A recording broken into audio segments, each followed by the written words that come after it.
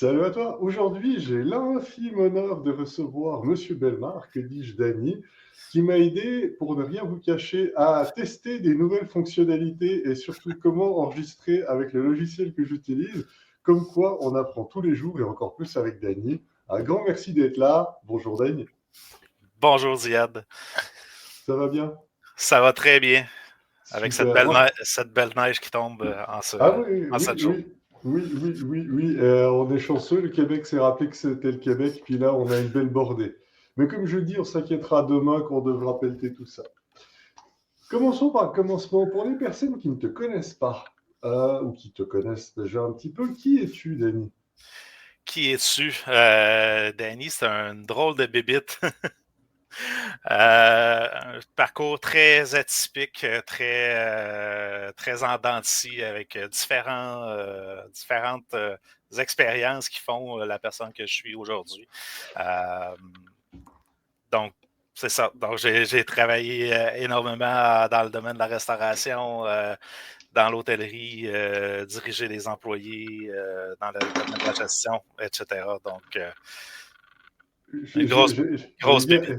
j'allais dire, et il n'y a pas que ça. Parce que déjà, Oh, il y a c'est ça, j'ai le mot scout qui est hurlé du fond de la salle, mais je te propose d'y aller aussi. dans l'ordre, c'est ça, je te Oui, propose d'y aller dans l'ordre chronologique, parce oui, que on va essayer de bâtir ça un peu comme une télésérie. oui. Donc, nous avons notre personnage au parcours et aux histoires multiples qu'est ce fameux Danny. Danny, déjà commençons par le commencement. Es-tu un pur produit local de la belle province du Québec? Un peu produit local du Québec, effectivement. D'une belle petite municipalité de la Mauricie, de 5000 âmes à peine. C'est les meilleures municipalités en Mauricie, je suis tout à fait d'accord. Tout, Aucun parti pris. Surtout d'une municipalité où mon père était connu de à peu près toute la population. Donc, veux pas, j'étais le garçon de Jacques toute ma jeunesse. Tout le monde connaissait mon père, donc tout le monde me connaissait aussi. C'est joliment dit. Est-ce qu'on considère ça comme un handicap ou un bonus? Ça dépend des jours. Je doute pas, surtout quand tu es plus jeune puis que tu commences à faire des bêtises. Oui, ben effectivement, mais c'est quand même, ça ouvre des portes aussi. Ça permet d'avoir accès d'un fois à des personnes que tu n'aurais pas nécessairement eu accès en dehors d'autres circonstances. Donc, C'est joliment dit. Puis là, sans aucune transition, c'est un très bel esprit de famille. J'aime que ouais. tu as la main sur le cœur. Mais en même temps, si on se basait sur les clichés puis que ça serait une famille italienne, on ne penserait pas aux mêmes clichés. Mais revenons à ce joli petit village. Donc, j'ai dit, tu as. J'essayais de chercher une métaphore purement québécoise, mais on va laisser faire, je crois, pour cet épisode-là. Donc, c'est ça. T'as grandi, t'as évolué. Où c'est que ça t'a mené, tout ceci? Où ça m'a mené? Ben, ça m'a mené éventuellement à la ville de Québec, où début de la vingtaine, ma conjointe de l'époque déménageait à Québec pour ses études, donc j'ai suivi. Ah, c'est souvent Oui, c'est souvent ce qu'on fait. je veux dire, c'est souvent ce qui arrive, et ça arrive même au meilleur. Ça arrive même au meilleur, effectivement. Donc, j'ai suivi, arrivé à Québec dans la grande ville. On s'entend de partir d'une ville de 5000 plusieurs centaines de milliers, ça change un petit peu la dynamique. Oui. Euh, donc, c'est ça. Donc, j'ai poursuivi mes études, moi, à Québec à ce moment-là, tout en travaillant en restauration. Études à temps plein, travail presque à temps plein. Je travaillais environ 35 heures semaine Ah pendant mes oui, études. j'aime le Donc, presque à temps plein. presque à temps plein. 35 heures. Ok. C'est ça, plus les études au cégep à l'époque. J'étais en technique administrative à l'époque. J'ai finalement bifurqué vers j'avais déjà mes préalables pour l'université, donc après un an de cégep à Québec, j'ai bifurqué vers le bac en administration. C'est cool. Donc, En comptabilité, on est loin des ressources humaines où je suis présentement. Oui, bah écoute, je dis savoir compter, c'est toujours utile. C'est toujours utile, effectivement. Ça me sert encore même aujourd'hui mes études en comptabilité. Donc, Je dis c'est super. Les études, c'était un choix réfléchi personnel ou c'était une décision, je dis une décision externe? ça... un peu toutes ces réponses. Euh, mes études ont toujours été comment je pourrais dire, ça n'a pas été un long fleuve tranquille. Il y a eu des difficultés, il y a eu des échecs, il y a eu des remises en question. J'ai commencé en sciences de la nature. Je me suis en allé en sciences humaines, où j'ai un DEC en sciences humaines. Ensuite, je suis allé à la technique en administration pour aller à l'université finalement en comptabilité. Donc, ça a été un parcours un peu sinueux, mais chaque parcours m'a amené ailleurs à avoir une réflexion. Là, juste mon parcours en sciences m'a amené une réflexion scientifique qui est différente de beaucoup d'autres collègues que j'ai eus en administration. Là. Donc, c'est pas perdu jamais. Ah oui, mais ce qu'on apprend est jamais perdu, mais c'est intéressant parce que moi j'ai presque envie de briser le punch, mais comment t'as fini en ressources humaines? Parce que si t'as bifurqué de la comptabilité aux ressources humaines, certains diront c'est un étage ou un bureau près, mais quand même, c'est pas vraiment le même univers. Si je me fie à mon expérience actuelle, c'est quasiment dans le même bureau parce que je travaille dans le même bureau que le comptable. Donc, Ah oui, oui, oui, oui. on est vraiment dans le même bureau. C'est ça. Mais, Après, je ne demanderai pas qui est chanceux de vous deux. mais blague, je répondrai pas à cette question-là. Oui, oui, mais j'espère. Mais blague à part, qu'est-ce qui m'a amené à ça? J'ai toujours géré du personnel. Même mes parents avaient une entreprise de services de traiteurs. Dès l'âge de 16 ans, je suis parti avec des employés de mes parents aller faire des services de buffet, des choses. Donc, j'avais déjà des employés à gérer à ce moment-là. Quand je suis arrivé à Québec, mes emplois, même, j'ai eu à gérer du personnel. Donc, ça a été un long parcours parce qu'après mes premières années de bac, j'avais abandonné le bac parce que ça marchait vraiment pas. J'étais allé en cuisine d'établissement, donc pour travailler en cuisine. Dès ma sortie du diplôme de cuisine d'établissement, j'ai eu des postes de sous-chef, donc à cause de l'expérience que j'avais. Donc, j'ai géré du personnel. De fil en aiguille, j'ai travaillé pendant plusieurs années là-dedans, mais à gérer du personnel jusqu'à des équipes d'une quarantaine de personnes. Puis à un moment donné, ben, c'est ça, à un moment donné, la restauration, c'est dur sur le corps, fait que j'ai décidé de faire le changement, puis les ressources humaines se sont... la voie a été tracée déjà pratiquement d'avance là, avec ces expériences-là. C'est extrêmement intéressant ce que tu amènes là. J'ai le goût quand même de faire deux pas en arrière parce que, veux pas, la cuisine a quand même fait partie, enfin, ça a été quand même un sacré parcours dans ta vie, quoi. Ça n'a pas été un stage d'une journée, j'ai dit une fin de semaine pour voir ce que c'était. Je veux dire, quand même, Non, ça a t'as, été. t'as pratiqué.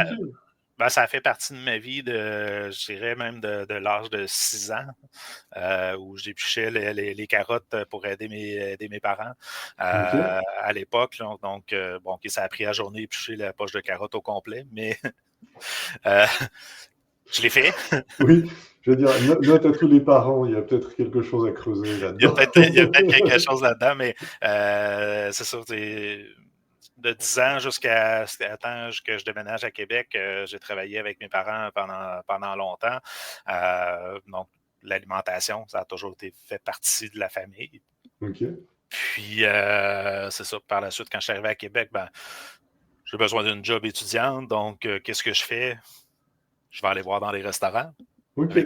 avec le bagage que j'avais. Donc, oui, effectivement, ça a fait partie, puis je pense que ça m'a forgé aussi un peu en quelque sorte parce que je veux pas la restauration, c'est pas un service de traiteur, c'est beaucoup plus intense Oui. que le service de traiteur. Donc il y a eu des bons moments, il y a eu des moins bons moments, évidemment. Oui, et c'est important que tu le rappelles parce que c'est une sacrée école de la vie, c'est extrêmement formateur. Et sans rentrer dans les détails, je dis, voilà, tu sais, quand faut livrer un plat, faut livrer un plat. Premier travail que j'ai eu à Québec en restauration, je travaillais dans un restaurant 24 heures de nuit. Ok. Donc, je Wow. commençais à 10 heures le soir, je terminais à 6 heures le matin.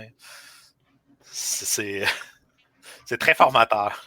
Ah oui, oui. Puis ça explique tellement tes 35 heures, pardon, ta jobine d'étudiant. Ouais. C'est assez fou. Euh,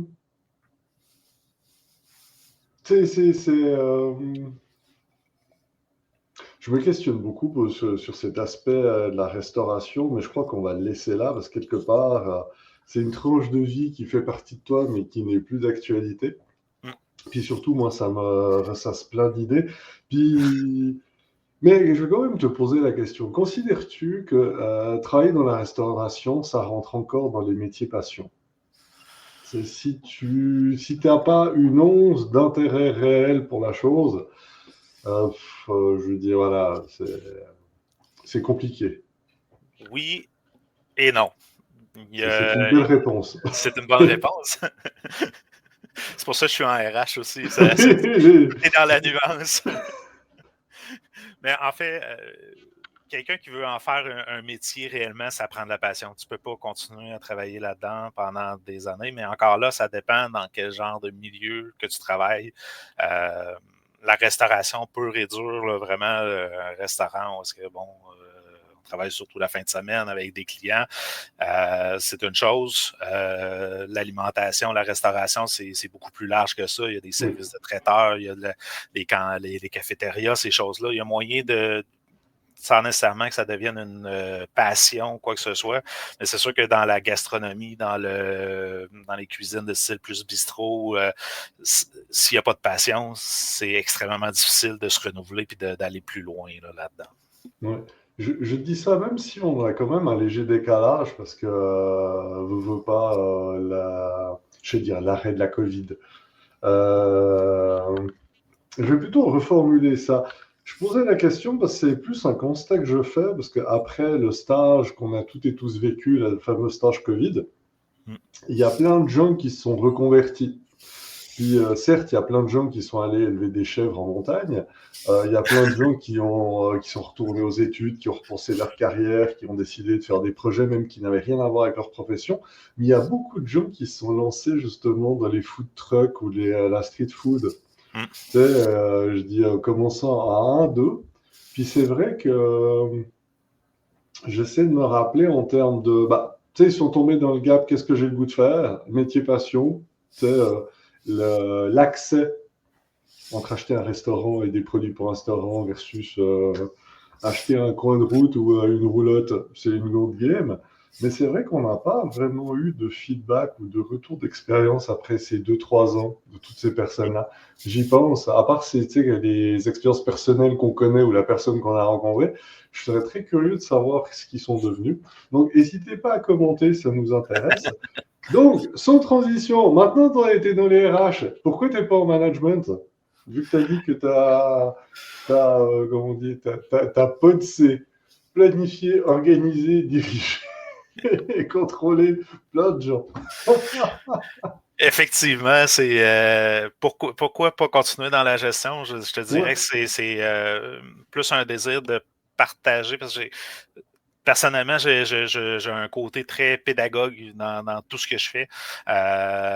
Donc, de pouvoir accompagner des gens, de pouvoir former des gens à devenir des meilleurs gestionnaires, c'est un peu une des raisons pour lesquelles j'ai pris cette décision-là d'aller plus vers les RH plus que le management. Ok. Plus que, au-delà de gérer une équipe, de pouvoir emmener mon expérience, mon bagage que j'ai accumulé depuis les années, quelques bagages, Oui, oui, quelques. quelques expériences. Donc, d'emmener ce bagage-là, puis d'emmener des gens à mieux comprendre c'est quoi leur rôle de manager, puis de gestionnaire, les emmener à se dépasser là-dedans. C'est plus là que je me retrouve présentement, plus que à gérer des gens à proprement parler, bien que ça ne me dérange pas d'en gérer non plus, mais je trouve que mon apport est plus important là, je trouve, que de gérer des équipes directement. C'est intéressant ce que tu amènes là, puis comme tu le présentes. J'ai le goût de crever l'abcès. T'arrêtes pas de parler de plein d'expériences. Moi, j'ai le goût de parler de ton aventure scout. Est-ce que tu arrives à nous donner un court échantillonnage de tes autres expériences hors professionnelles et de toutes ces activités que je connais, que les personnes qui te connaissent supputent ou savent que tu fais, mais les personnes qui sont en train de te découvrir ont l'air de savoir qu'il se passe quelque chose, mais ne se rendent pas compte de l'échelle. Donc, tu as fait tes activités annexes lesquelles? Quelques activités extra professionnelles, on va dire comme ça. Oui, ben à part les scouts, évidemment, là, que j'ai vraiment commencé un petit peu par la bande comme aide de camp, aide cuistot. On voit le lien un peu partout. Donc, être cuistot pour commencer, à un moment donné, bon, l'animateur me demande est-ce que tu peux, on voudrait faire telle activité, on trouverait que ce serait intéressant que ce soit toi qui le fasses, parce qu'il commence à me connaître. Je commence à faire cette activité-là. La fois le camp d'après, ben, hey, on aurait telle autre activité, tu veux-tu le faire? Ben, OK. Et de fil en aiguille, ça a fait en sorte que je me suis rendu à animer à temps plein là, depuis les 2 dernières années. À temps plein, façon de parler, là, mais toutes les semaines. Mais aussi, j'ai intégré le conseil de gestion, le conseil d'administration, dans le fond, là, de mon groupe scout, par la bande aussi, là, avec mes expériences que j'avais là, en gestion. Mais au-delà de ça, j'ai été aussi sur des conseils d'établissement, des écoles de mes enfants, autant au niveau primaire que secondaire. J'ai été aussi au comité de parents de la commission scolaire à l'époque, pendant pratiquement 3 ans. J'ai été aussi commissaire élu là, de 2017 à 2020. Entre autres. Oui, entre autres. Entre autres. J'ai été sur le conseil d'administration aussi pendant 3 ans d'un petit organisme qui s'appelle le Mouvement des aidants scolaires.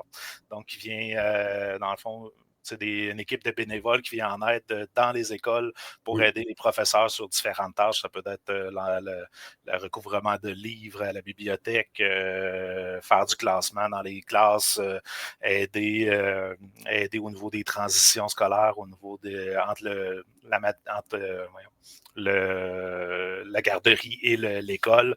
Donc, ça, c'est des projets qu'on a mis sur place là, pendant que j'étais là.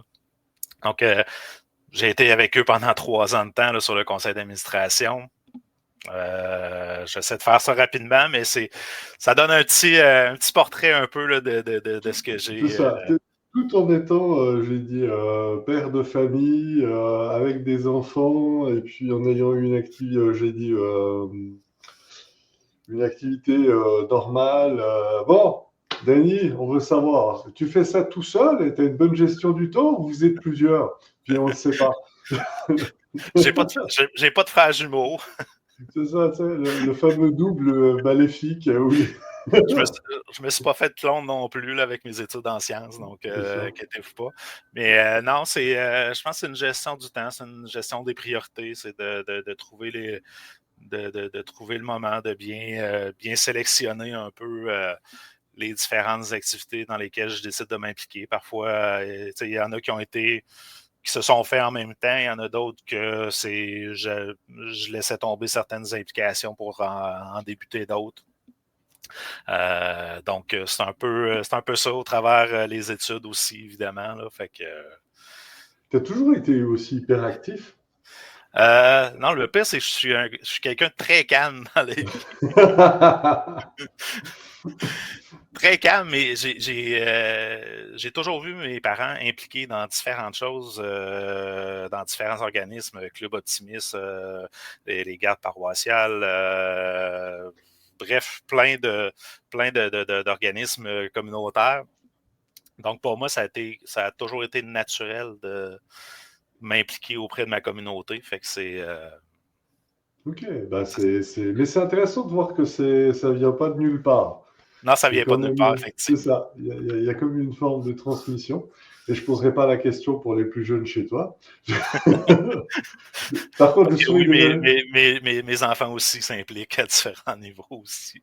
Oui, oui, non, c'est ce que je me disais. Non, non, là-dessus, de toute façon, chacun s'implique et s'implique comme il peut ou comme il veut. Ça C'est reste ça. l'essentiel. Il y a zéro jugement là-dedans. J'hésite entre différentes questions, mais je pense que je vais procéder comme d'habitude. Là, on commence un peu à se figurer qui est Dany. On commence à comprendre qu'est-ce qu'il fait dans Café Thé Kombucha rencontre avec une personne unique. Il commence à comprendre ce début de complexité et de complicité pardon, qui a avec Ziad, etc. Donc j'ai le goût de te laisser un peu le micro.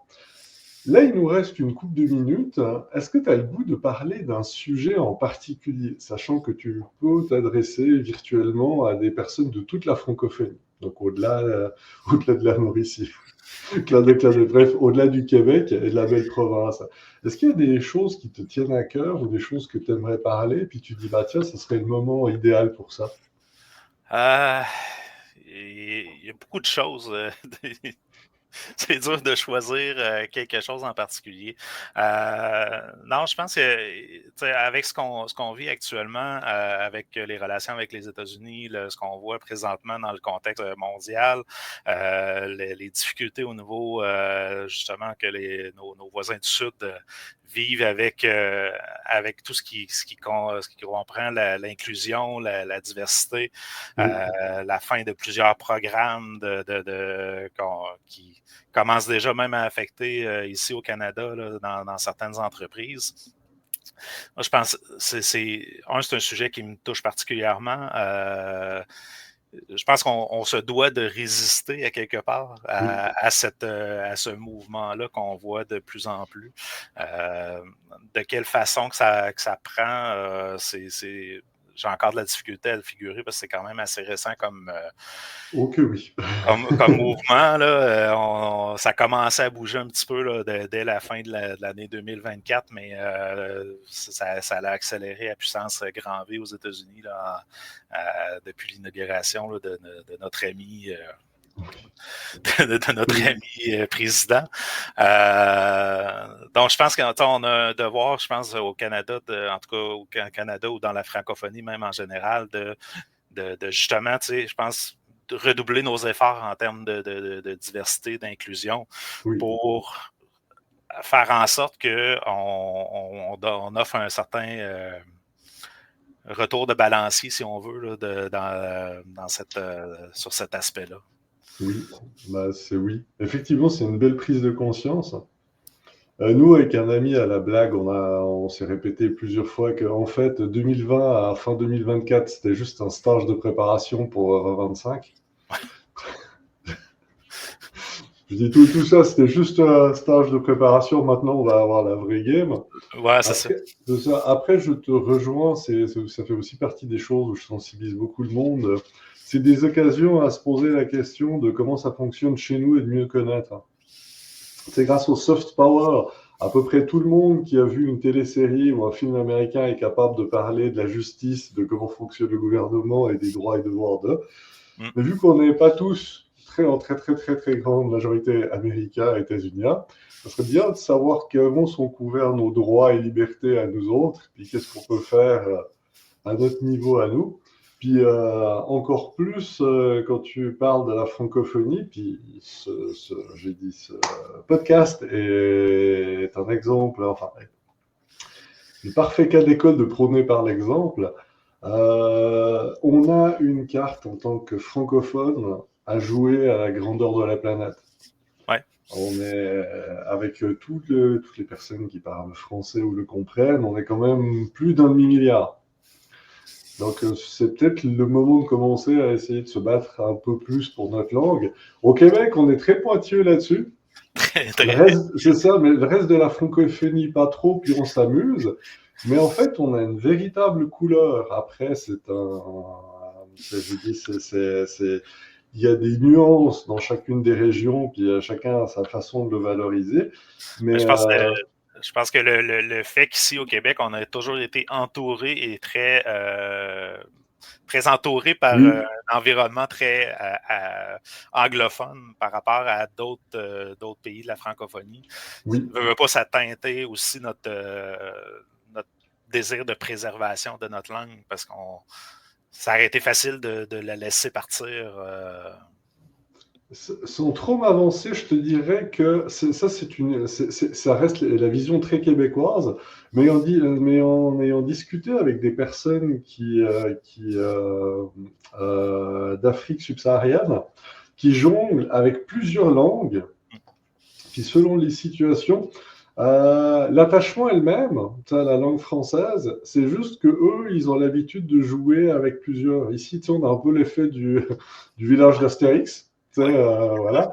Mais c'est intéressant de voir qu'il y a d'autres façons d'avoir ce prisme-là. C'est pour eux, la langue française, c'est aussi importante. Par contre, typiquement, ils vont pas l'utiliser ils vont pas l'utiliser à la maison, ou ils vont pas l'utiliser dans tel cadre culturel, mais dans un autre cadre, ils vont l'utiliser. Puis jongle un peu avec toutes ces langues-là. Parce que c'est ça, nous, souvent, on rigole en disant, bah, on parle deux, trois langues, voire 4, 5, puis on est là, waouh! Mais il y a des régions dans le monde, 6, 7 langues, c'est leur standard. Puis ils sont parfaitement bilingues. Donc, non, on va se garder une petite gêne à l'échelle de la planète. Mais oui, évidemment, moi, j'ai dit de facto, j'ai rejoint ce soutien à la cause, on va l'appeler comme ça. C'est ça, on a une belle langue, on a une très belle culture, on a des nuances. Autant commencer à les faire vivre. oui. Parce que sinon, je dis tout le monde s'en sacre en bon français. Effectivement. Puis, mais, il y a l'approche très qu'on voit souvent qui est très je parle juste français et je ne veux Oui, pas apprendre d'autres langues. oui, Moi, je suis plus de l'école de oui, les autres langues sont quand même importantes. Parce que si tu veux la promouvoir, ta langue, si tu veux pour promouvoir ta culture particulière, il faut quand même que tu puisses maîtriser d'autres langues pour être capable de communiquer, ne serait-ce que l'anglais, d'être capable de pouvoir échanger avec nos voisins. oui. C'est quand même primordial. Puis ça nous permet d'avoir une certaine ouverture sur les autres aussi en même temps. Je vais faire du pouce sur ce que tu amènes là. Mais à quoi ça sert d'apprendre une nouvelle langue? Parce que maintenant, avec toutes les technologies, on peut parler toutes les langues. C'est pas pareil. Ah ah, pourquoi c'est pas Ah, pareil? c'est Attention, pas. ça sera dans l'examen de fin de session. Ah, Je vais rédiger la question. Non, ben en fait, c'est pas pareil parce que pour apprendre une langue, c'est apprendre une culture, c'est apprendre les émotions qui sont cachées derrière la culture. Apprendre, utiliser un IA ou une application pour échanger, ça reste très, très factuel, très. Il y a un mot, l'autre mot, il y a une Oui, traduction. Ça, tu perds au change, tu perds cette notion-là de culture et d'émotion qui est cachée derrière la langue. Parce que la langue, à la base, c'est très intrinsèque. C'est ce que tu as appris plus dans ta jeunesse oui. en grandissant. Donc, c'est très relié à ce qui tu es, puis comme personne, mais comme peuple aussi. L'application, elle ne peut pas traduire ça. Oui. Donc, d'apprendre la langue, c'est que tu apprends vraiment plus loin, plus intensément la culture, puis apprendre à connaître la personne dans ce qu'elle est foncièrement. Oui. Donc, C'est joliment dit. Oui. l'application est pas, peut être utile. Bah oui, oui, oui, oui. C'est ça. Faut pas retirer l'utilité et la praticité C'est ça. de cet outil-là. Je vais remettre le projecteur sur Dany. Oui. Parce qu'on commence un petit peu à se figurer, je vous dis, tu as une multitude d'expériences. Là, à mon avis, les gens commencent quand même à réaliser que tu es quand même très posé, très réfléchi. Là, je n'ai rien à voir avec ça, je le dis tout de suite. J'essaie. C'est ça. Il carbure à quoi? Comment tu fais pour garder le cap? Est-ce que tu le sais ou est-ce que... Parce que tu as bifurqué plusieurs fois, tu as changé de Ouais. carrière, mais à chaque fois que tu le présentes ou tu l'adresses, tu sais où c'est que tu t'en vas. La plupart du temps. Ouais. La plupart du temps, mais parfois, ce qui va me driver ou ce qui va m'emmener plus loin, c'est des fois de juste de ne pas savoir pourquoi je m'en vais là. De ne pas savoir pourquoi je vais à quelque part. Parce que à certains moments, je vais prendre des décisions d'aller dans telle direction simplement pour me challenger, pour me dire, ben, OK, tu n'as jamais fait ça, ben, go. Ce que ça amène, ben, ça amène un changement de perspective au final sur tout. Oui. Donc, tu sais, oui, à quelque part, il y a des changements qui ont été réfléchis parce qu'il y a certains qui amènent qui amènent des conséquences, qui amènent des choses. À mon sens, il faut réfléchir assez longtemps pour avoir une certaine certitude, mais pas trop longtemps pour être capable d'avancer. Oui. Donc, d'être capable de se challenger ou d'être capable de sortir de sa zone de confort suffisamment pour pouvoir justement accepter de faire des choses qui sont nouvelles, qui sont différentes. Mais il faut quand même avoir une certaine réflexion pareille derrière tout ça. Là. Mais d'ailleurs, on s'en était pas parlé parce que ça fait quand même quelques temps qu'on s'était vu. Oui. Mais j'ai été accepté au niveau de la maîtrise en développement des organisations. Bravo, monsieur. Donc, on retourne aux études. Donc, ça, c'est quelque chose qui a été réfléchi depuis plusieurs années, mais qu'à un moment donné, j'ai dit, c'est là que ça se fait. Donc, écoute, félicitations, bravo. C'est comme quoi c'est fun quand on se croise à pas tous les jours, on en apprend toujours un peu plus. Tu as quand même un attachement au diplôme. Oui et non. J'aime ça, ces réponses-là. C'est ça, réponse de ressources humaines. Allez, c'est parti. Je crois que le diplôme a son importance. Oui. Mais le diplôme n'est pas tout. Peux-tu développer? Ça m'intéresse. Développons.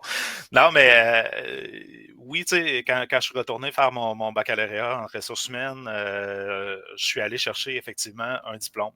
Le diplôme était important, ça faisait partie de mes objectifs à ce moment-là, d'aller chercher ce diplôme-là. C'était un défi envers moi-même parce que j'avais abandonné mon bac au début des années 2000. Donc, c'était un défi pour moi d'aller chercher ce diplôme-là.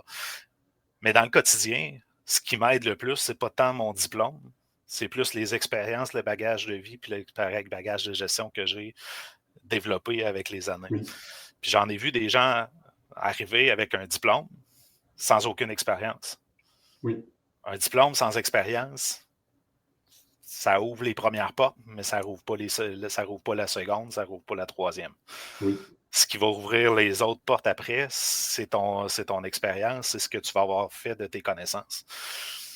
Donc, c'est un peu, je ne sais pas si ça répond à ta question, mais c'est un peu ça, c'est un peu ma vision de dire, ben oui, le diplôme est important, mais le diplôme ne fait pas tout. Le diplôme, un diplôme, c'est des connaissances. C'est des connaissances que tu vas chercher.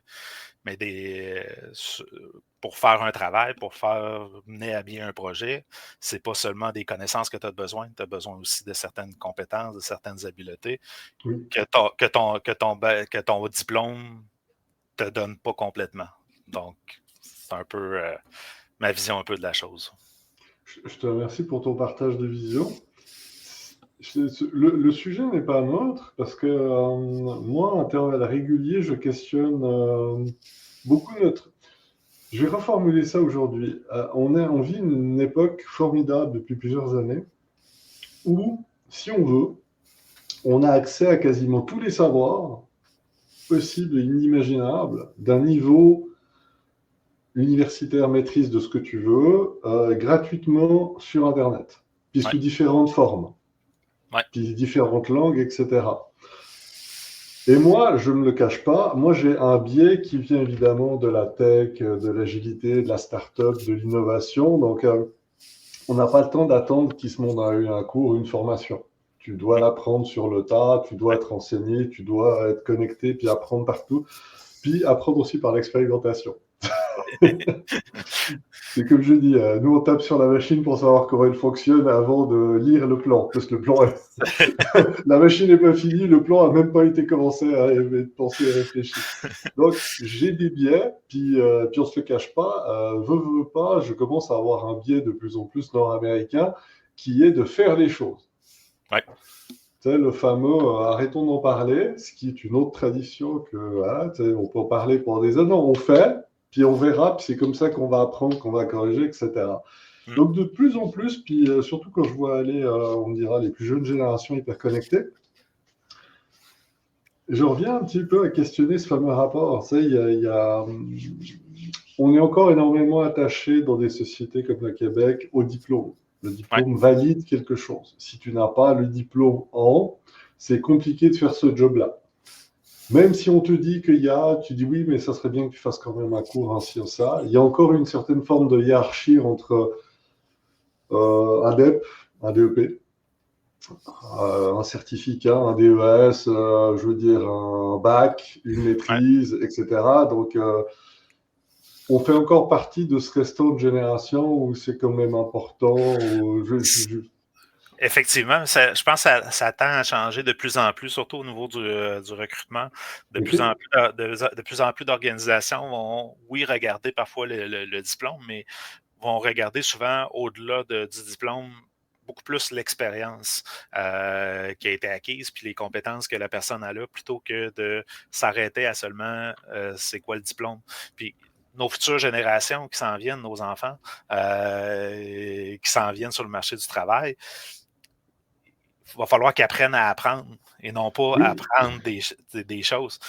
Parce oui, qu'ils n'auront pas le choix parce que leur métier qu'ils vont faire probablement dans 10, 15, 20 ans, il n'existe probablement pas déjà. Là. Fait que on est dans une belle période, je trouve, oui, où est-ce qu'il y a énormément de changements. Puis, quand on dit énormément, là, oui, c'est gigantesque.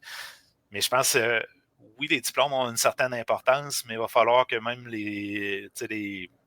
que les diplômes soient réfléchis en fonction de c'est quoi qu'on veut que nos étudiants soient capables d'apprendre un coup qu'ils oui, vont être sortis de l'école. oui. Comment ils vont être outillés pour apprendre par la suite. Donc, oui. Danny, quelle est la question qu'on t'a jamais posée mais auquel tu aurais toujours voulu répondre? Eh mon Dieu. Très bonne question. Euh, Ça arrive de temps en temps. ça arrive, oui. C'est statistique. euh, sincèrement, j'ai de la difficulté à répondre à cette question-là. J'ai l'habitude, je pense, de plus poser des questions que de m'en faire poser. Personnellement, je suis quelqu'un de très introverti dans la vie, là, donc j'ai plus l'impression, je suis plus dans le mode d'observation des gens que de me placer sur la sellette pour être questionné. Donc, est-ce qu'il y a des questions qu'on m'a jamais posées? Probablement. Je vais dire, bon, ben, il semblerait que celle-là en était une. Ouais, celle-là en était une. Exactement. Mais je te remercie, c'est une réponse. J'ai dit, le jour où tu trouves, ça me fera plaisir à moi et à nos auditeurs d'avoir ta réponse. Tu dis que tu es justement introverti, extraverti. Moi, je m'arrête plus à ces éléments-là parce qu'en fait, on est beaucoup plus dans la nuance. Oui, effectivement. C'est à la caricature. Oups, j'ai échappé mon café. Ah, désolé, c'est parce que je suis Capricorne. Ah, ok, oui, il est où le rapport? Là-dessus. Mais tu parlais justement de ta position d'observation. Ouais. Est-ce que c'est une déformation professionnelle ou tu as toujours été très observateur depuis tout petit? Ah, c'est d'aussi loin que je me souviens. C'était J'ai... donc toi! C'était moi qui observais par-dessus l'épaule. Exactement. Non, j'ai toujours été très observateur dans tout ce que je fais. Je pense que ça me sert aussi dans mon rôle actuellement là, au niveau des ressources humaines. Je pense que on a besoin d'être très observateur pour voir un peu, pour pouvoir voir les choses qui ne sont pas dites. Oui. Parce que souvent, les gens vont dire quelque chose, mais leur corps et leurs actions disent autre chose. Oui. Et d'avoir ce recul-là, cette possibilité-là d'être plus en mode observation, j'ai appris avec le temps à être capable de m'exprimer et d'aller au-devant de ça, mais je pense que cette position d'observation-là m'a souvent servi parce que je comprenais des choses et ça me permettait de me faufiler des fois au travers de différentes situations parce que je comprenais certaines choses qui étaient non dites et donc de pouvoir aller plus loin. C'est joliment dit. Puis c'est important ce que tu as souligné sur justement le fait je vais résumer ça, d'avoir la scène dans son ensemble. Pas s'arrêter sur un ou deux éléments. Okay. Quelqu'un m'avait dit un jour, il dit on a 2 oreilles et une bouche, donc on devrait en écouter 2 fois plus qu'on parle. Donc, moi, ça m'a marqué. Oui, c'est très joliment dit. C'est très beau. Et j'essaie de l'appliquer le plus souvent possible, effectivement, là, mais autant dans toutes les expériences, autant dans le domaine de la restauration que dans le domaine des RH, que même dans mon passage au niveau politique scolaire, d'être en mesure de pouvoir écouter, de pouvoir observer ce qui se passe avant d'intervenir. Je trouve que ça amène, je pense, une richesse que tu ne peux pas avoir si tu veux juste prouver ton point puis sans écouter. Là. Ça sonne comme une très belle conclusion, ce que tu amènes là, ce qui répond déjà à une question que je n'ai pas posée. Donc, je te remercie pour cette belle réflexion puis que je vais pouvoir prendre puis qu'on va pouvoir maturer. Notre échange encapsulé arrive à son terme. Est-ce qu'il y a quelque chose, un sujet que tu voulais aborder? Tu sais, ce passage est vraiment fait pour éviter tout regret. Bien souvent, c'est quand la lumière s'éteint, on se dit ah oui, mais moi je voulais parler de ça, puis j'ai pas eu le temps, puis tout. Donc là, c'est vraiment un segment qui est dédié à éviter ces regrets-là. Ben, en fait, peut-être, je pense que l'aspect le plus important, je pense, de mon parcours, ou en tout cas de mon expérience de vie, là, qui est très, je dis ça très humblement, là, mais je pense que c'est la relation à l'échec. On peut avoir des échecs dans la vie, mais on peut se tromper, puis on peut avoir j'ai des cours que j'ai pas réussi autant au cégep, à l'université, ou des choses que j'ai fait que j'aurais pas dû faire. C'est des échecs, c'est des choses qui font ça, mais tout échec t'apprend. Donc, de ne pas s'arrêter à ben on s'est trompé, ben regarde, ok, c'est correct, on se relève et on continue. Je pense que c'est un des aspects les plus importants, je pense, dans mon parcours, c'est de dire, ben oui, parfois je me suis trompé, parfois puis oui, tu me disais tantôt, ton parcours, tu as eu souvent des changements de direction. Des fois, c'est juste parce qu'il y a eu des échecs qui se sont présentés. OK, qu'est-ce qu'on fait par la suite? On peut s'arrêter puis dire, s'apitoyer sur notre sort puis dire, on arrête là. Mais je pense que cette relation-là à l'échec, de dire, un échec, c'est un apprentissage. Qu'est-ce qu'on en fait maintenant? Qu'est-ce qu'on fait par la suite? Ça a toujours été ma réflexion de dire, OK, j'ai un échec, mais OK, on passe à la prochaine étape. Qu'est-ce qu'on peut faire pour se relever puis aller plus loin? Ça, je pense, si quelqu'un vit des échecs en ce moment, je pense que c'est important de dire, un échec, c'est temporaire. Un échec, c'est juste un moment X, c'est une photo.